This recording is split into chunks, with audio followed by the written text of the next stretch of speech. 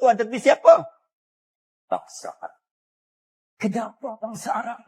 Kenapa bangsa Arab? Maka ini kita akan kupas. Kenapa bangsa Arab yang sezaman dan bukan sezaman, yang sebangsa dengan Nabi, tiba-tiba Al-Mahdi akan pergi perang dulu, akan pergi perangi bangsa Arab. Sebab tu, saya kembali kepada perbincangan kita tadi, maka signal isyarat yang kedua, bila munculnya Al-Mahdi ini, apabila berlakunya kerosakan pada bangsa Arab itu sendiri.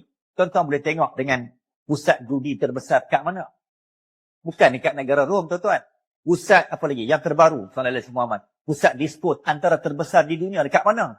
Bukan pada dekat negara Kristian, tuan-tuan. Dekat mana? Tuan-tuan jawab.